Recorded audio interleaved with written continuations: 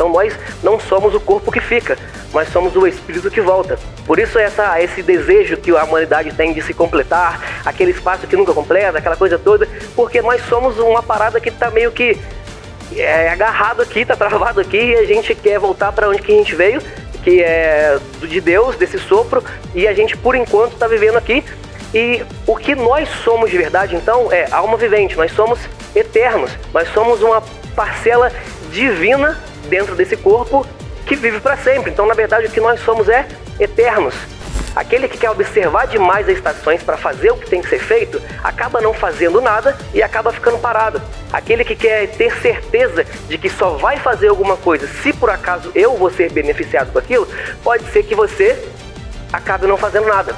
E ele fala o quê? Lance o seu pão sobre as águas, manda o recurso embora, divida com 7, divida com 8, porque pode ser que você não sabe o dia de amanhã, pode ser que amanhã o bicho pega pro seu lado, pode ser que amanhã, o dia de amanhã a gente entra em guerra, pode ser, não sabe o que vai acontecer, pode ser que haja um desastre natural e acabe com tudo que você acha que é riqueza, pode ser que tudo o seu mundo perfeito acabe. Então não observe as estações para ter certeza de que o seu trabalho vai te trazer algum benefício. A ideia é, pare de observar as estações e só trabalhar quando você tiver certeza de que você vai ter um benefício a partir do seu trabalho. Lance o seu pão sobre as águas, espalhe o recurso, manda embora, lança sobre as águas, abençoe pessoas, espalha com 7, espalhe para 8, que seja, espalhe, não se apegue naquilo que junta. O admirável, ele nunca deixou de existir. O que deixou de existir foi a nossa capacidade de admiração. A nossa sensibilidade para admirar aquilo que é admirável é que vai acabando com o tempo. O admirável continua. O céu é incrível. Quando a gente olha para cima e realmente observa o céu, que não é um pano azul sobre a nossa cabeça, mas a gente cai a ficha que aquilo é um infinito de eternidade, que tem as estrelas, que tem os outros planetas, e todo esse ecossistema é sustentado na palma da mão de Deus. É uma parada transformadora. E eu não tô falando nem sobre nada que você vive, que é bom pra caramba, que seja. Eu tô falando só sobre olhar pra cima, mais nada.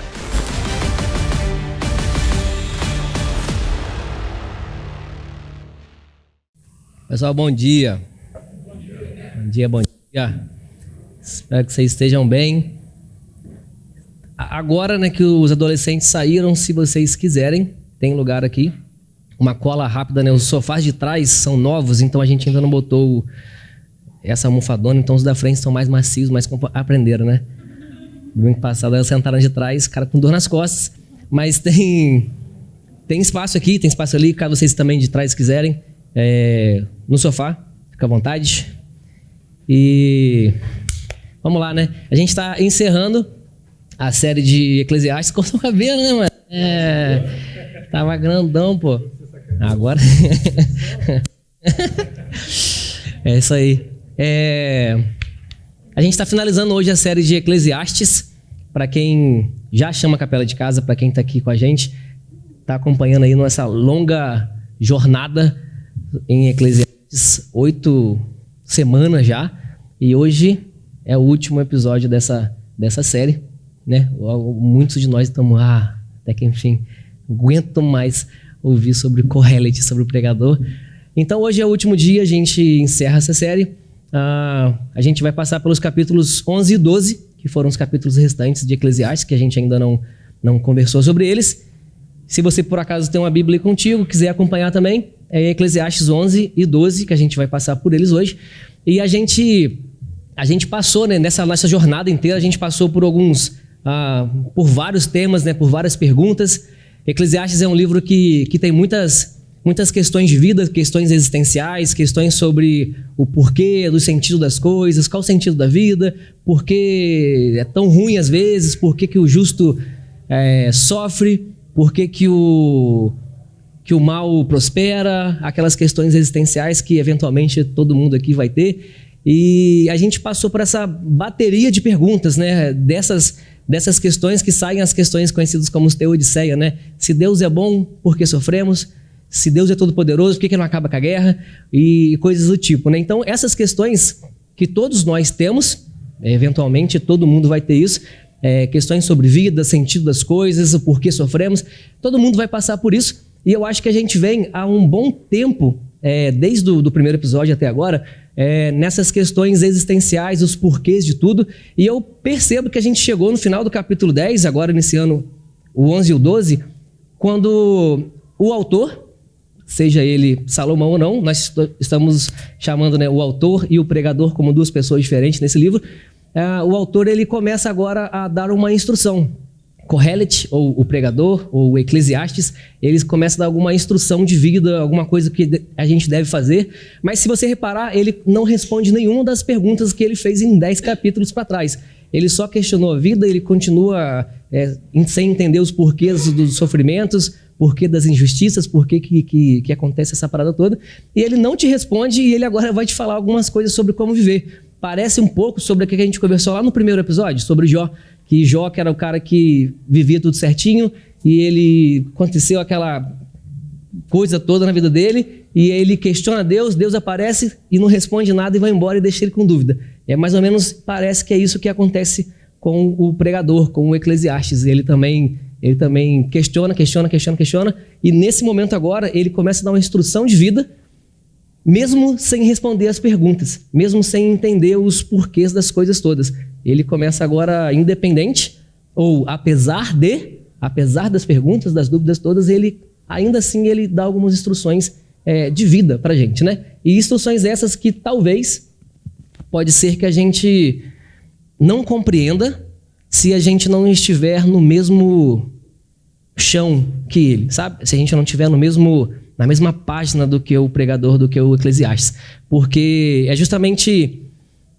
A gente vem de muitas dúvidas, de muitas questões existenciais. E agora, se eu não te esclareço o porquê dessas dúvidas inteiras e começa a te dar uma instrução, parece que não faz muito sentido.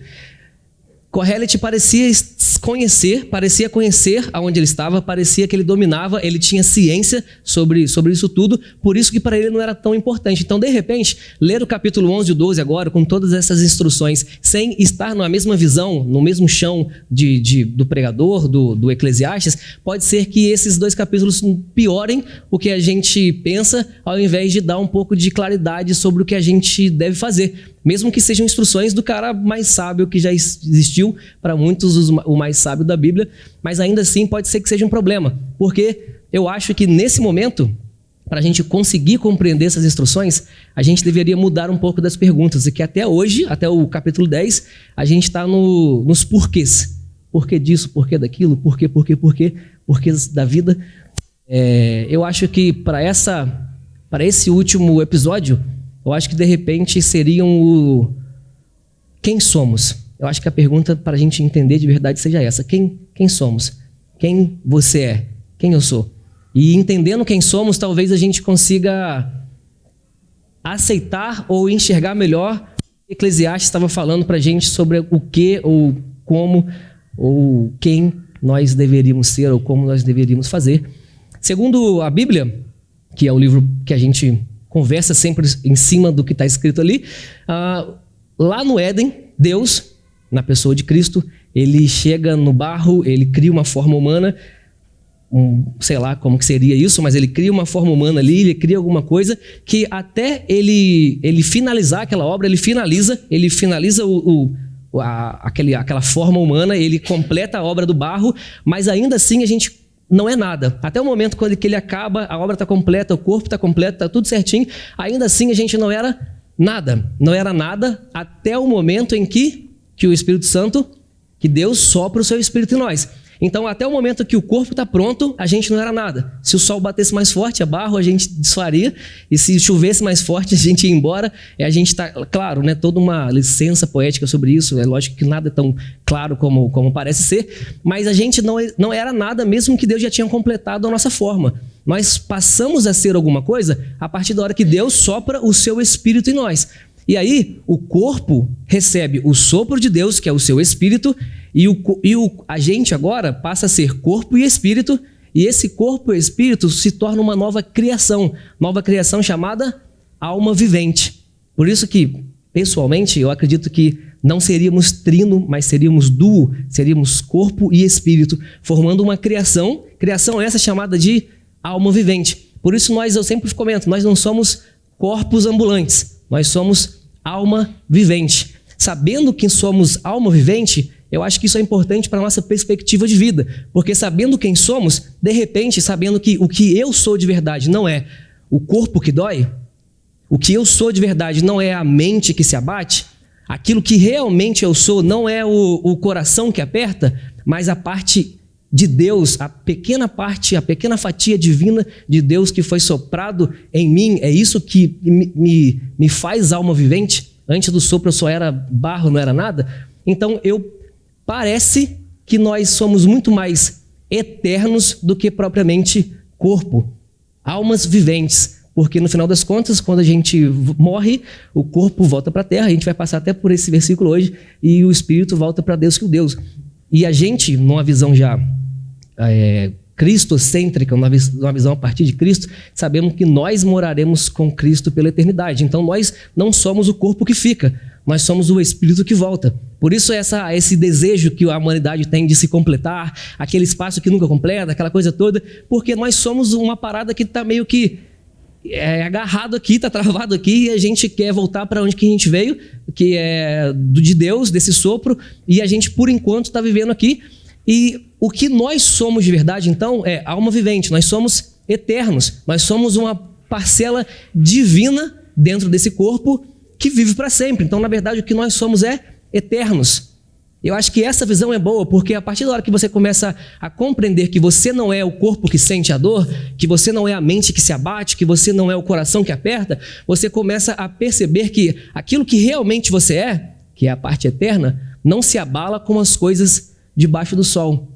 Ou pelo menos as coisas debaixo do sol não deveriam nos afetar tanto, porque aquilo que nós realmente somos não é aquilo que nós sentimos ou aquilo que nós vemos, mas nós somos aquilo que é eterno, nós somos aquela porção divina eterna. E sabendo que somos eternos, a dor, pode ser que a dor ela comece a ter um pouco menos de influência. Pode ser que as dificuldades comecem a importar um pouco menos. Eu importo um pouco menos com as coisas debaixo do sol, porque no máximo que elas afetam é aquilo que eu vejo, aquilo que eu sinto. Sendo que aquilo que eu vejo, aquilo que eu sinto, não é aquilo que eu sou, porque aquilo que eu sou não pode ser atingido por nada debaixo do sol. Então, essa perspectiva de vida nos ajuda a entender um pouco sobre o que nós vamos ler hoje, sobre as instruções de vida. Por quê? Porque até esse momento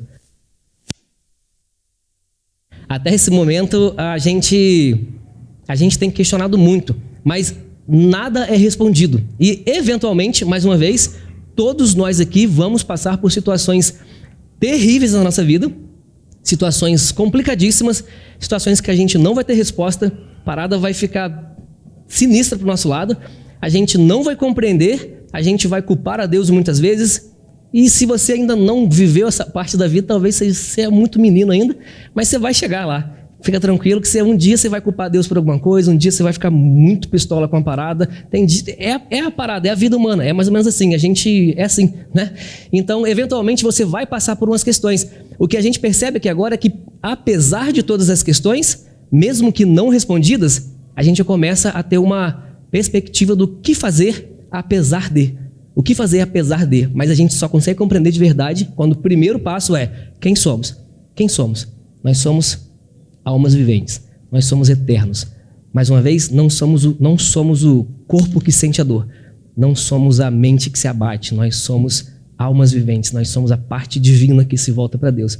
E a partir dessa visão, o que fazemos então? Mesmo que eu consiga, mesmo que eu não entenda nada, mesmo que eu tenha muitas questões sem entender.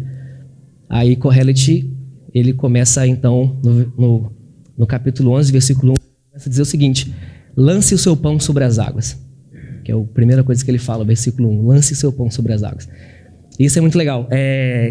Ele continua no capítulo 2, né? Divida com 7, divida com 8, divida com algumas pessoas, divida com quem estiver ao seu redor. Por quê? Você não sabe o que vai acontecer. Você não sabe a maldade ou o dia terrível que pode acontecer daqui a pouco, você não sabe o dia de amanhã. Então, divida com 7, divida com 8, lance o seu pão sobre as águas. No versículo 4 ele começa, né? As nuvens estão enchem de água, e quando elas estão cheias, elas derrubam águas.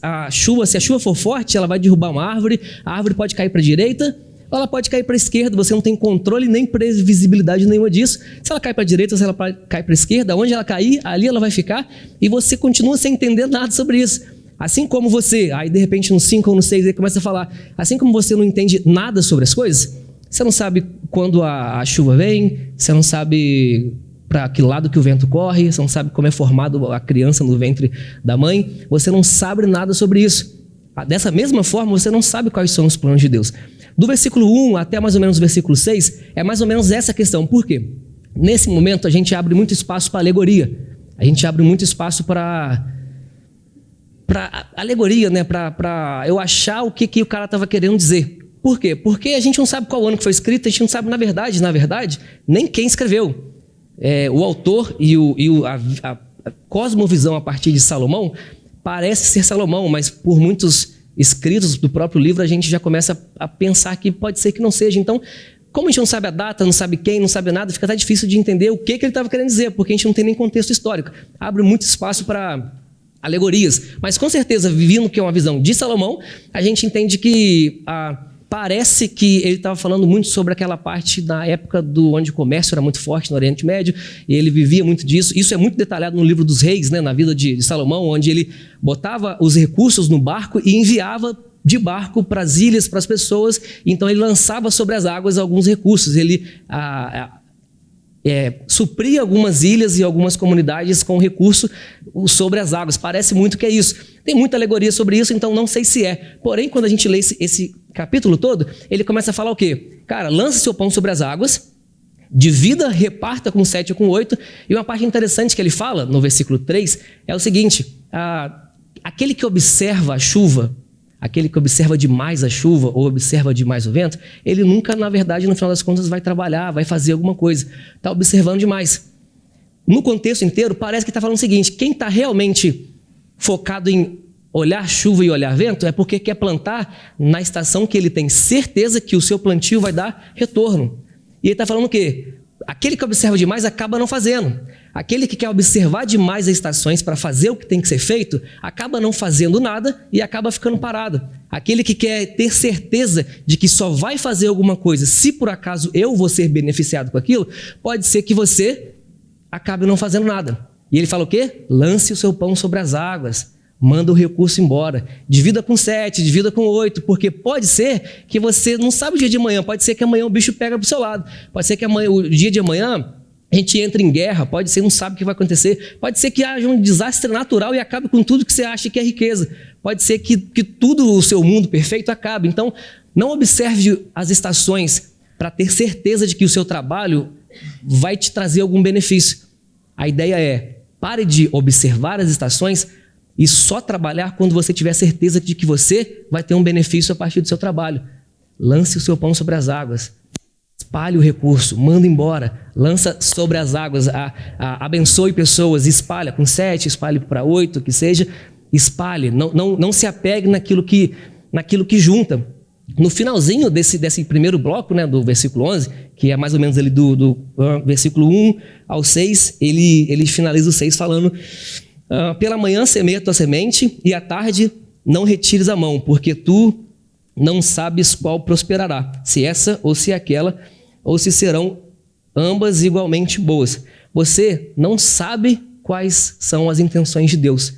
Você não sabe de verdade quais são as estações que estão por vir. E se você ficar observando demais o vento ou a chuva para conseguir fazer alguma coisa, pode ser que você nunca faça. Então, o que ele diz no versículo 6? Não descanse a sua mão, porque você não tem a certeza que vai ser recompensado. Porque a ideia é, lance o seu pão sobre as águas. Mesmo que você não tenha certeza nenhuma sobre se vai chover ou não, mesmo que você não tenha certeza que você vai ser recompensado de volta, ainda assim, divida com 7, divida com 8, espalhe, ajunte menos, se preocupe menos com aquilo que é debaixo do sol. Isso ele vem falando desde o capítulo 1. Aquilo que é debaixo do sol, se preocupe menos com isso. Se preocupe menos com aquilo que é corruptível. Se preocupe menos com aquilo que só... E quando eu digo só, eu sei que não é simples, eu sei que não é fácil, mas é tentar, para o entendimento de repente ficar mais claro. Eu sei que não é fácil porque quando dói, dói de verdade. Quando está ruim, está muito ruim. Quando sofremos, a gente perde o controle da parada, eu sei. Mas ele está falando o seguinte: se preocupe menos com aquilo que só afeta o corpo que sente, a alma que se abate, o coração que se frustra. Se preocupe menos com as coisas debaixo do sol, reparta, lança o seu pão sobre as águas. Em contraponto, se preocupe com outras coisas. Quais outras coisas são essas? Aí ele começa no versículo 7 e dá esse contraponto. Certamente suave é a luz e agradável é aos olhos ver o sol. O homem pode viver muitos anos e em todos esses ele deveria se alegrar.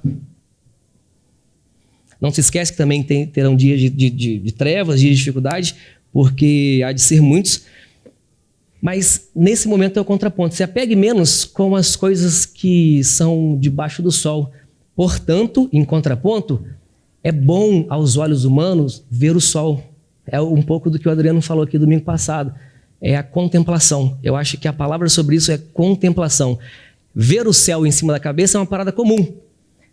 O Adriano ficou vários dias no hospital sem ver nada, e quando ele saiu do hospital, que de repente ele achou por algum momento que ia morrer, quando ele viu o céu, ele falou: caramba, que céu lindo. Por quê? A contemplação ela muda de acordo com o nosso estado. É muito comum ver o céu até o momento em que você fica 30 dias dentro do hospital, um ano dentro do hospital. Porque aí, quando você sai disso daí, aí o céu tem muito mais valor. Nesse momento, o contraponto de lança o seu pão, ajunte menos, se preocupe menos com ser beneficiado, mas do contrário, divida com 7, com 8, lance o seu pão sobre as águas, isso você não se importa. O que você se importa? Versículo 7 e 8.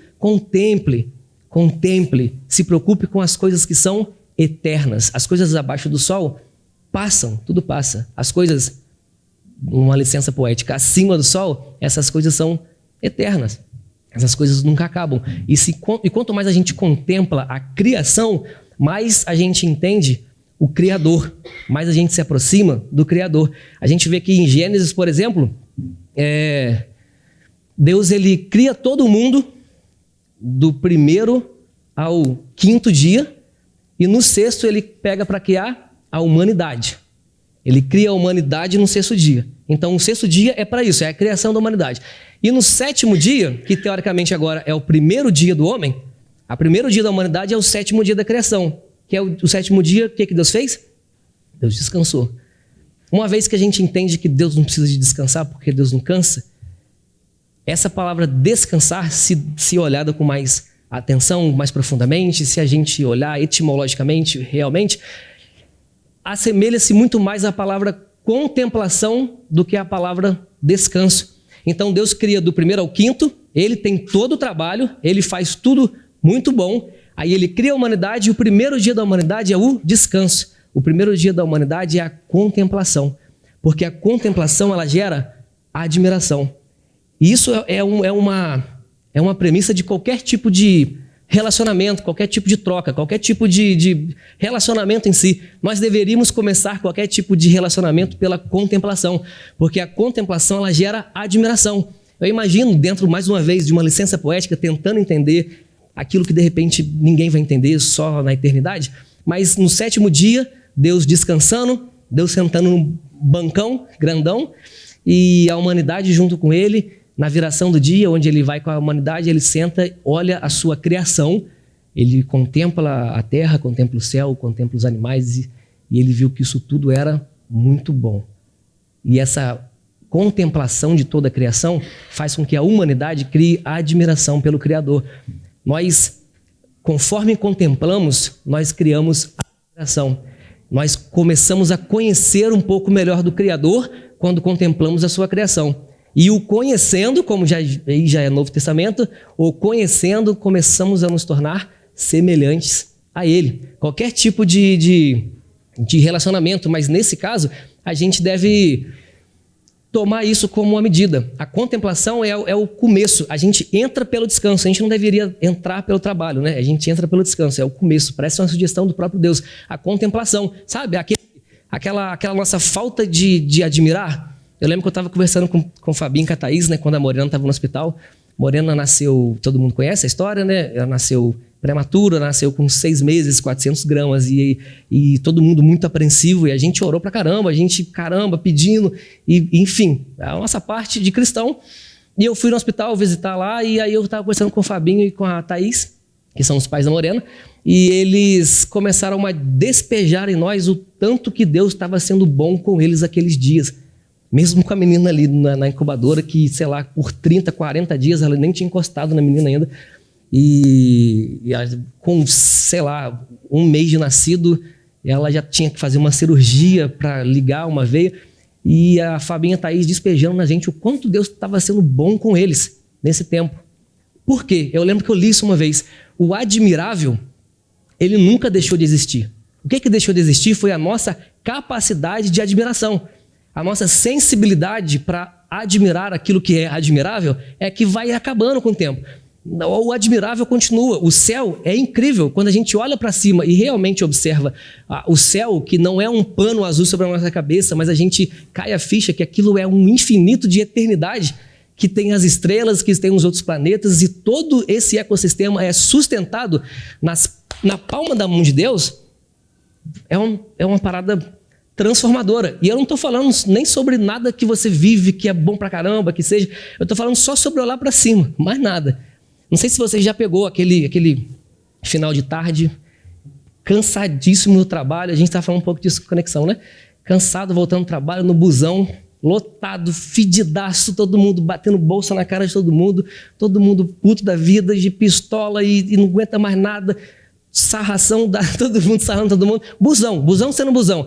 E aí, no final das contas, a galera olha para uma janela e vê um pôr do sol. O ônibus dá aquela curva no momento, no spot ali, certinho. E você olha o pôr do sol e fala, caramba, que parada maneiraça. Aí você arranca o celularzão, já tira uma foto, posta no Instagram, mete um versículo embaixo. Deus, eu tenho tantas bênçãos. É o clássico do crente. Clássico. E por uma fatia muito pequena de alguns segundos, você esquece que você está naquela zona daquele ônibus fedido do pós-trampo e você está muito pistola do final do dia porque o dia nada deu certo, porque de repente deu tudo errado aquele dia, mas naquele pequeno fatia de momento, assim que o ônibus vira e acaba o pôr do sol, você volta a ficar puto de novo, mas naquele pequeno momento você parece que esquece da parada. E é justamente isso, é a capacidade de admiração que a gente perdeu. A gente tem uma baixíssima sensibilidade ao que é criação de Deus. Né? Passa o carro do Adriano do meu lado, eu fico doido, assim, cara, que carro maneiro. E o céu tá aqui, eu tô cagando pra parada. Pode crer? Tipo assim, é isso que acontece. A gente é assim, a gente cria esse troço ao redor da gente. E o céu tá aqui, o sol tá ali. No Conexão, na quinta-feira, eu lembro que a gente tava conversando, não sei quem que foi fazer uma trilha. E aí chegou no final da trilha e fez aquele esforço, fez a trilha, chegou lá no ponto lá, o sol nasceu. Nasceu ou se pôs? Nasceu. Aí o sol nasceu, aí todo mundo, caraca, bate palma pro sol nascer. Ela falou que tava chorando, assim, ó, que sol bonito. Vou te falar um segredo, de repente anota aí, porque você pode esquecer. Anota aí. O sol nasce todo dia, pô. O sol nasce no Santo Agostinho, o sol nasce no Retiro, o sol nasce na cadeia. A quadrado, mas ele nasce na cadeia também. O sol nasce todo dia, o sol se põe todo dia, e é o mesmo sol ainda, acredita? É o mesmo, é porque você vê ele de longe, mas é o mesmo. O mesmo sol nasce e se põe todo dia, nasce lá no Santa Rita do Zaru, nasce também o sol. Mas o que falta na gente? Capacidade de contemplação. Capacidade de contemplação. E aqui é um paralelo muito grande que o pregador parece estar fazendo.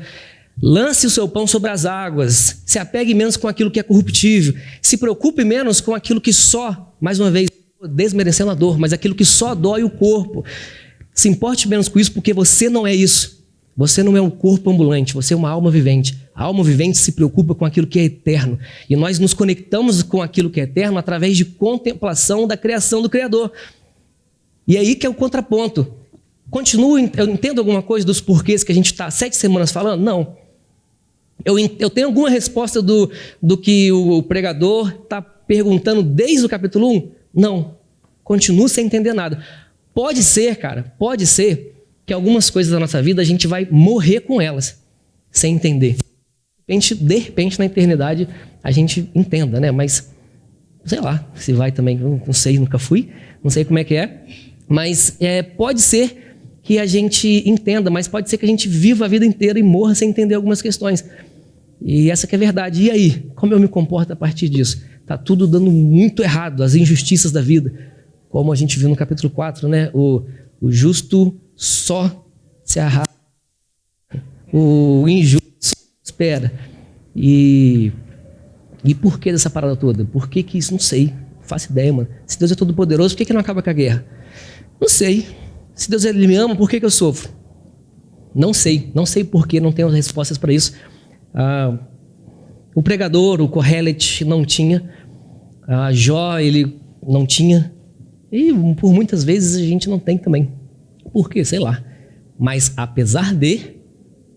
O que o Kohelet está falando é o seguinte: apesar de não entender, apesar de continuar sendo bem ruim, apesar de continuar sendo bem difícil, ainda assim, eu vou agir dessa forma. Como? Lançando o meu pão sobre as águas, compartilhando aquilo que eu tenho, me preocupando menos com as coisas debaixo do sol e me preocupando mais com aquilo que é eterno, me preocupando mais em contemplação e entender melhor o Criador da parada. Quando? E quando que isso vai acontecer? Quando a gente ficar muito velho e sentar na beira-rio, velhão, um do lado do outro, falar, minha vida foi boa, hein? Contemplação. Não é. Porque agora ele começa a falar sobre isso. Do versículo 9 até o capítulo 12, versículo 9, ele só fala sobre isso. Qual que é o tempo, então? Quando que eu devo me comportar dessa forma? Quando que eu devo começar a entender sobre esses contrapontos, sobre o que realmente importa ou não? Quando? Agora. Ele tá do versículo 9 até o capítulo 12, versículo 9, que tem versículo pra caramba, poderia ser resumido em uma palavra: agora. Aquele famoso, a reunião que podia ser um e-mail. É isso aqui. É tipo, ok, agora. A mocidade, olha aqui. Alegre-se na sua juventude, viva os seus dias de forma alegre, seu coração alegre.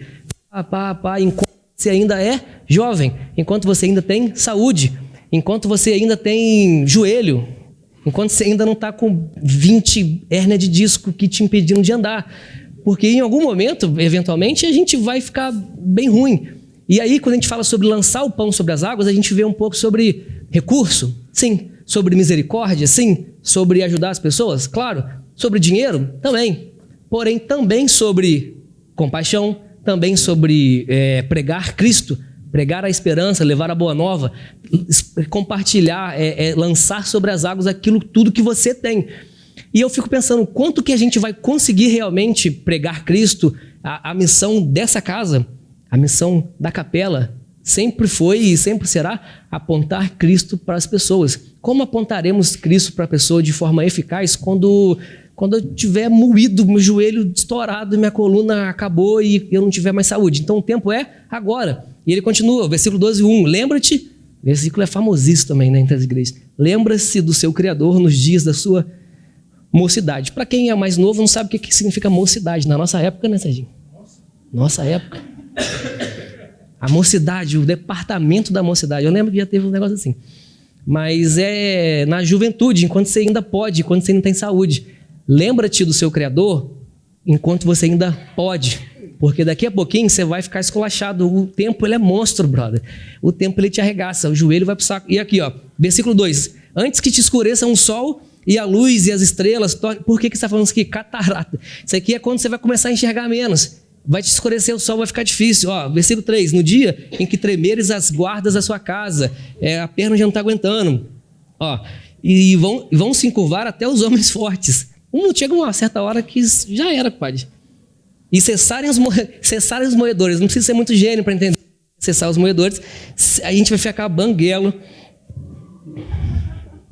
É a verdade, né? Tomara que não, né? Hoje não. A gente tem academia, tem um monte de parada, tem harmonização facial. Por exemplo, a gente tinha nessa época. Mas a verdade é que, querendo ou não, brother, mesmo uma hora o bicho pega. Olha só o 5. 4. E as portas da rua se fecharem pelo baixo ruído da moedura. É surdez. Isso aí vai ficar muito velho. A gente vai ficar velho, a gente vai ficar esculachado, a gente vai começar a enxergar menos, ouvir menos, joelho, coluna. Então aquela parada, como que eu vou conseguir realmente ser um representante de Cristo e pregar Cristo, lançar o meu pão sobre as águas e quando eu estiver destruído? Não vai dar. Então quando que eu realmente paro de me preocupar com as paradas que são debaixo do sol e começo a realmente me esforçar sobre contemplação, relacionamento com Deus, com as coisas que são eternas? Agora. Enquanto você ainda pode, pô. Enquanto você ainda é jovem. Agora que você tem que lançar o seu pão sobre as águas. Agora é que você deve repartir com 7 ou com 8. Ou por quê? Aí no finalzinho você fala, e no final de tudo, 7, versículo 7, morre. Volta ao pó da terra. O corpo volta para o pó e o espírito para o Deus que o criou. Né? Por isso, mais uma vez, a minha ideia sobre o ser duo. Né? Um vai para um lado, o outro vai para o outro. E acabou. Então a gente, o corpo vai para a terra e acaba. O nosso espírito volta para o Deus que o criou e esse espírito ele é eterno, eterno. Então o tempo é agora. E aí a gente chega no momento onde que ele fala o seguinte, cara, sobre tudo isso, sobre todas essas coisas que eu estou te falando, sobre todas essas questões, sobre todos esses porquês, sobre tudo isso, o que a gente faz? Como que a gente faz? Na verdade, de repente a pergunta seja como, né? Como que eu faço isso? Como que eu me importo menos com as coisas debaixo do sol? Como que eu me importo mais com as coisas que são eternas? Porque é difícil pra caramba, porque, mais uma vez, né? Quando os problemas chegam de verdade, não é fácil. Não é fácil. É complicado. Quando a alma se abate, não é simples decidir, né? Não é chegar para alguém que é ansioso e falar, não seja. Não é chegar para alguém que está com a mente estourando. O psicólogo está aqui, a melhor psicóloga da cidade está aqui. Então ela pode... Você pega o microfone, o que você quiser explicar para a gente. Mas você não vai chegar para um cara que está querendo pular da ponte e falar, não pule.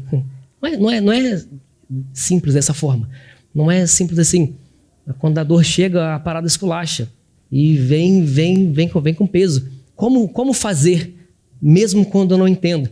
Alguns problemas precisam ser resolvidos? Claro, obviamente. Alguns problemas têm que ser resolvidos, têm que ser entendidos. A autópsia do problema, né? Abre, entende as causas. Alguns problemas têm que ser só deixado para lá.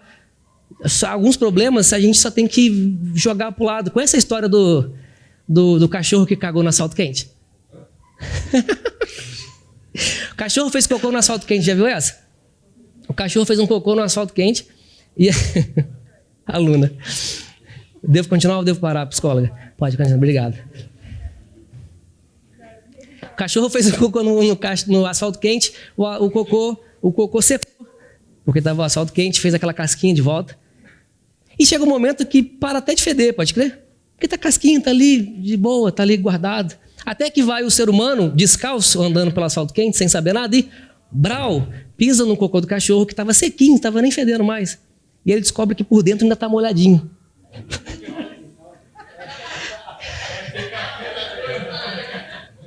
Sabe o que acontece? O que acontece, o troço vai passar pelos dedos do seu pé e vai começar a feder de novo. Uma parada que já era para ter acabado de estar fedendo, pode crer? Alguns problemas são só isso, brother. O problema você não vai entender, o problema você não vai compreender, você nunca vai descobrir o porquê, você só vai chorar mesmo. E tá tudo bem também chorar também. O choro é a resposta humana, né, para essas paradas. E o problema você deixa seco lá, pô. Deixa lá, não tá nem fedendo mais, deixa para trás, tenta fazer autópsia em cocô, pode crer? É mais ou menos isso. Tem coisa que é para deixar para lá, tem coisa que você precisa de resolver. Coisas mal resolvidas são um baita de um problema. Mas algumas coisas é só largar de lado e seguir a vida. Mas sobre todas essas coisas é muito difícil, porque algumas vezes a gente simplesmente não consegue conter as paradas. A gente não consegue controlar as paradas. A gente simplesmente não entende. E sobre todas essas coisas aí o pregador ele finaliza o livro dessa forma. O versículo 13, né? Antes um pouquinho ele fala que as palavras dos sábios são como pregos fixados nas assembleias. Ele fala que, olha lá, não foram palavras, no 11, né? Não foram palavras à toa, foram palavras de um único pastor. Um maluco que nem conhecia Cristo, numa época da lei, totalmente lá atrás, já entendia que o pastor é um só, né? Que o pastor é Cristo. Diferente do The King The Power, que acha que se está amarrado, se por acaso o seu pastor é Cristo, parece que o pastor é Cristo, lendo isso. E ele finaliza o seguinte, sobre tudo isso, cara, como que eu faço essa parada inteira? Como que eu então sigo a minha vida dessa forma? Como que eu vou viver com esse monte de questão, com esse monte de problema? Como que eu vou conseguir contemplar a criação se os meus olhos estão tapados pelos problemas? Está aqui. Versículo 13. Sobre tudo o que se tem ouvido, sobre tudo o que se tem ouvido, tema a Deus e guarda os seus mandamentos. Tema a Deus e guarda os seus mandamentos. Isso é o dever de todo homem. Ponto. Independente se você entende ou não. Porque tudo que está... Deus vai te trazer juízo a toda obra, tudo que está coberto ou encoberto, mas sobre todas essas coisas, tema a Deus. Eu não entendo, eu não compreendo, mas ainda assim eu escolho temer a Deus e seguir os seus mandamentos. Essa é a parada. Existe uma diferença de Kohelet, do pregador, do Eclesiastes, para a gente. Kohelet ainda não conhecia Cristo. Kohelet não tinha ainda a revelação do que realmente era Deus, porque era confuso. Como Paulo falava, era um grande mistério. Tudo bagunçado, porquê de tudo não sei. Mas assim como para ele, né, diferente de que para ele estava tudo ainda um mistério, tudo difícil de entender, para a gente, numa época pós-Cristo, assim como está escrito em Colossenses 1, Cristo, ele é a imagem do Deus invisível, ele é a revelação do ser de Deus, ele é a voz, ele é a ação, ele é o logos, ele é a porção que Deus quis que a gente entendesse de Deus. Deus é muito mais do que a gente consegue compreender observando? Mas aquilo que Deus queria ser entendido, ele revelou em Cristo. Ele é a imagem do Deus invisível. Então, como fazer isso tudo? Como contemplar? Como seguir? Como temer a Deus e guardar os seus mandamentos? É observando a vida de Cristo. Não é... Né? Ele até fala aqui, nesse próprio versículo, de repente a gente passa direto em algumas coisas, que o muito estudar, o muito examinar é enfado da carne, né? É o que a gente está falando no começo. Às vezes ficar olhando demais as estações, observando demais as estações, está com chuva, está com vento, quando que eu planto, quando que eu faço bem, isso é enfado da carne. Observando Cristo, eu percebo que a minha vida deve ser uma vida de lançar o meu pão sobre as águas. Meu estilo de vida é lançar o meu pão sobre as águas. Dividir com 7, dividir com 8, com alguns. Exercer a contemplação não é simples, mas de repente seja um exercício diário de contemplação. Hoje é difícil, amanhã um pouco menos, no outro dia um pouco menos ainda. Daqui a pouco começa a ficar um pouco mais fácil o exercício da contemplação da criação. E a gente tem a clareza da revelação de Cristo através do que está escrito.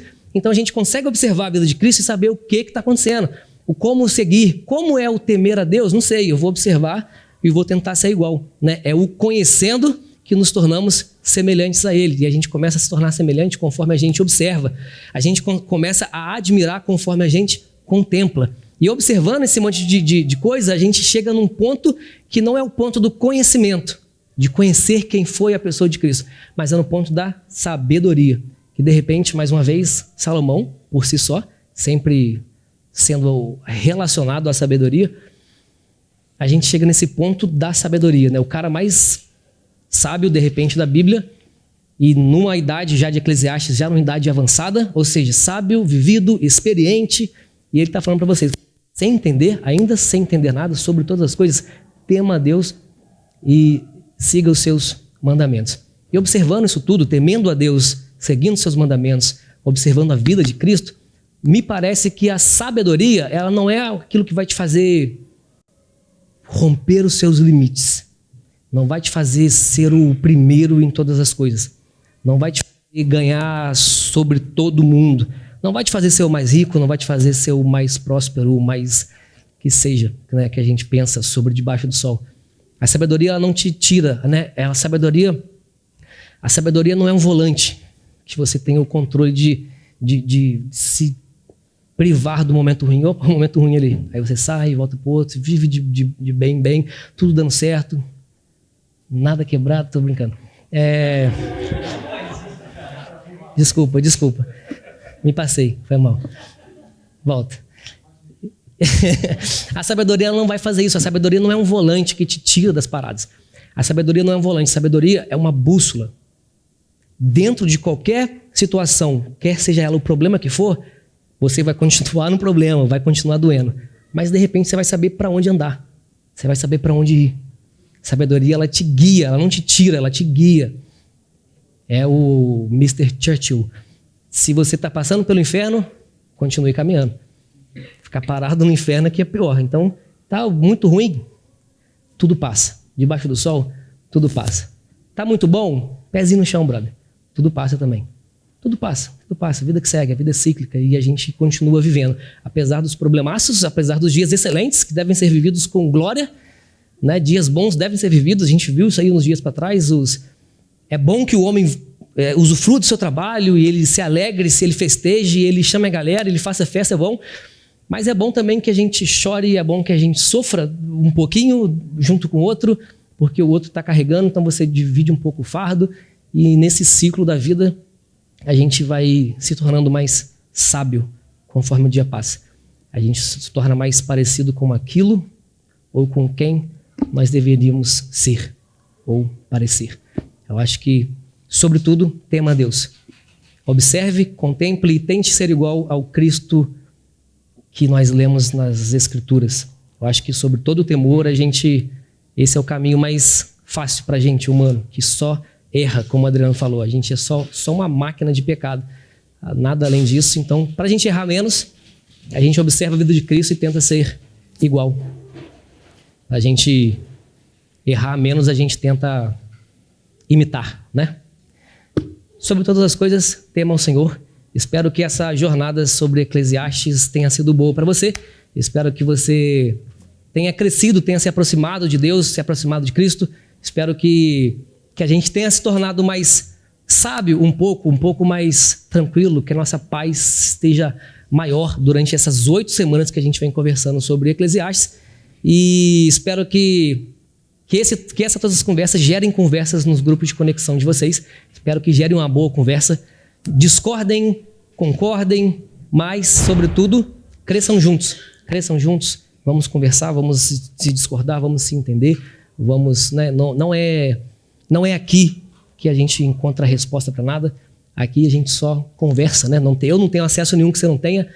Debaixo de Deus que está nessa prateleira de cima, só tem mais uma prateleira, que é a prateleira de baixo, que é onde que a gente está. E todo mundo é igual, não é aqui que você vai encontrar a resposta para toda a sua vida. Não sou guru de ninguém, aqui você não vai encontrar solução para sua vida nenhuma. Pode ser que piore, mas pelo menos a gente cresce em maturidade, em conhecimento, e que essas conversas que a gente teve essas 8 semanas possa criar um ambiente bom lá no seu grupo de conexão, gerar boas conversas, ou no trabalho, ou na casa, não sei para onde você leva essas conversas. E é isso. Vamos orar?